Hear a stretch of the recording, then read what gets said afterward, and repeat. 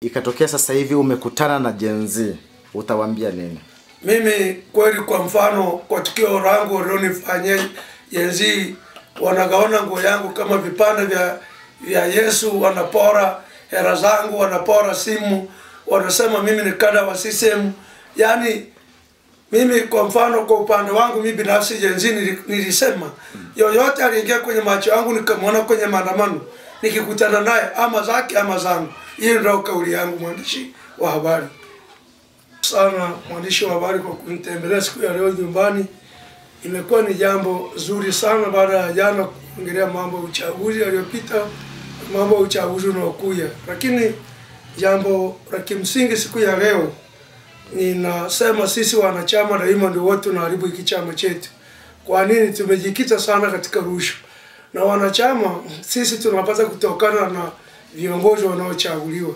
Kwa hiyo mimi nafikiri tunaenda kumchagua mwenyekiti wa halmashauri Tarime mjini na vijijini tarehe 30. Lakini kuna baadhi ya madiwani walioomba hizo nafasi, kama hapa mjini wanapita wanunua madiwani kwa shilingi 100,000. Kama diwani utanunuliwa kwa 100,000, je, mtu mwanachama wa kawaida atalipa kwa shilingi ngapi? Kwa hiyo sisi kama mtu unataka kiongozi bora, chagua kiongozi bila kupewa hela, bila rushwa. Na nirudia tangia jana, ndugu mwandishi wa habari, kusema unapokuwa umenunuliwa kwa rushwa, utafanya kazi kwanza kwa mtu aliyekunua na rushwa. Hapa mjini kuna mtu anapita anawapa madiwani shilingi 100,000. Je, kwanza watu wachukue historia kwamba Waitara hakuwa na hela, Waitara alishinda. Kuna watu walikuwa wanagombea nao. Sasa hivi CCM sio ile kununua watu hela. Mimi nashauri wachukue fedha waweke mfukoni, wachague kiongozi aliyo bora, sio kiongozi wa fedha. Hata kule Tarime vijijini mimi nimesema kuna watu waadilifu sana, lakini hatuwezi kuchagua mwenyekiti wa halmashauri kwamba kwa koo yake kubwa, kwa koo yake ndogo. Tunataka mwenyekiti wa halmashauri anayekubalika na madiwani, asiyenunua madiwani. Sisi tunajua kuna watu wana fedha, kuna watu wamejiandaa kuchangia watu mafedha kuwanunua madiwani, na sio kawaida madiwani kununua Tarime, sio kwamba ni jambo la ajabu. Wamekuwa wakinunuliwa sana katika hata uchaguzi uliopita, wanafichwa, wanafungiwa, wananyang'anywa simu. Kweli diwani, kuna madiwani wengine wana uchumi wa kutosha. Sasa hata ukipewa milioni 2 si umeuza haki yako ya kimsingi. Na ndio maana hata kule nimeshauri kwamba chagua kiongozi aliyo bora, sio kiongozi wa fedha. Lakini nilisema jana, mwandishi wa habari, kulingana na muda umeenda, hii katiba ya Jamhuri ya Muungano wa Tanzania ya mwaka 1977 ukurasa wa 21, ukienda pale haki ya kuishi, haki ya kuwa hai, sheria mwaka 94 na 15 ibara ya 6 kifungu namba 14, kila mtu anayo haki ya kuishi. Kwa hiyo, na kwa kuwa Watanzania wengi wana katiba hii, inawagharimu sana. Hii katiba ingelitoka kila mtu akaisoma, angelijua haki zake. Na hapa kuna mambo mengi ambayo siwezi kuyapitia, ndugu mwandishi wa habari, lakini nimejikita kuelekea uchaguzi. Na nimesema kuna diwani waliomba nafasi kwenye viti, wameanza kuanua wajumbe. Mimi jana nimeongelea kwamba lazima tuchague watu wanaingilika, watu wanaelewana na wafanya biashara. Mimi niliposema Mafyeko, mimi sio kwamba nampigia debe, wala mimi sio diwani. Wanapiga diwani, lakini mimi natembea mjini humu, najua watu wanaongelea. Nikasema kule vijijini wachague mtu mwenye akili. Nikasema wasilete hoja kwa aliyejaza fomu ni mke, sijui anatembea na mbunge. Hakuna mtu anatembea na mbunge. Wakati uchaguzi ni mambo mengi yanaibuka. Mapesa ni mtu anajitosheleza kwa fedha zake. Kwanza ni mfanya biashara. Kwa hiyo hata mimi mapesa simpigi debe, lakini nilisema amewahi kuwa makamu mwenyekiti wa halmashauri, anaweza kuongoza iwapo madiwani wakampa ridhaa akawa mwenyekiti wa halmashauri Tarime vijijini. Lakini nilionya kwamba hatuwezi kumchagua mtu kwa kuchangiwa fedha. Na kuna baadhi ya diwani moja na muhifadhi kwa jina amesema atanunua kila diwani milioni 2.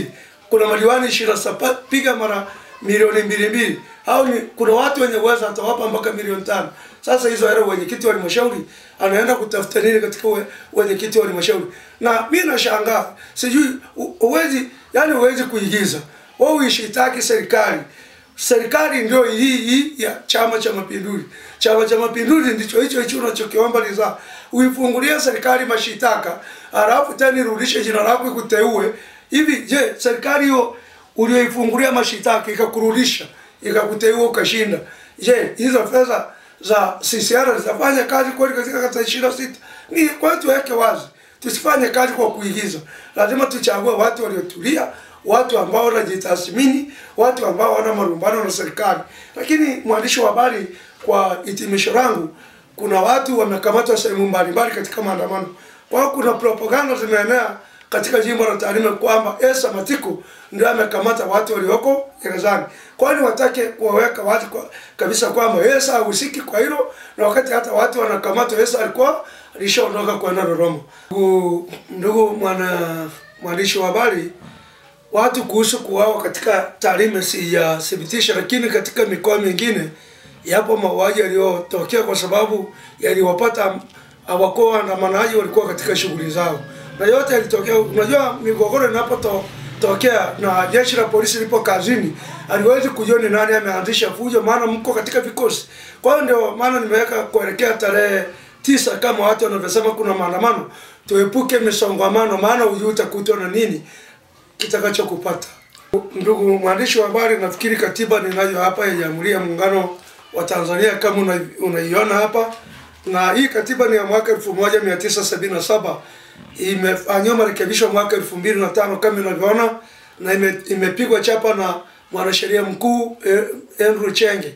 Katika katiba yetu ya Jamhuri ya Muungano wa Tanzania humu hakuna sehemu inasema mtu aandamane. Ina maana ni kuvunja utaratibu wa nchi. Na maandamano kweli, kama hata ingekuwa inasema maandamano, kuna maandamano ya haki, maandamano ya kuandika mabango, wakina mama wanajitokeza wamebeba watoto wao, watu wazima wamejitokeza. Sio maandamano haya, hata kama katiba ingekuwa imeruhusu, ya watoto 15 ambao wanasema wamechoka maisha. Nafikiri kwa kuwa nchi hii Tanzania ni nchi kubwa sana. Tanzania ni nchi imara. Tanzania ni nchi kisiwa cha amani sana katika Afrika.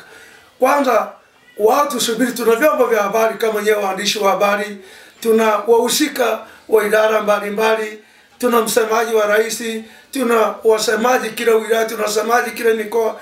Tusubiri tuone kama wataruhusiwa, lakini wakikaidi watapigwa tu.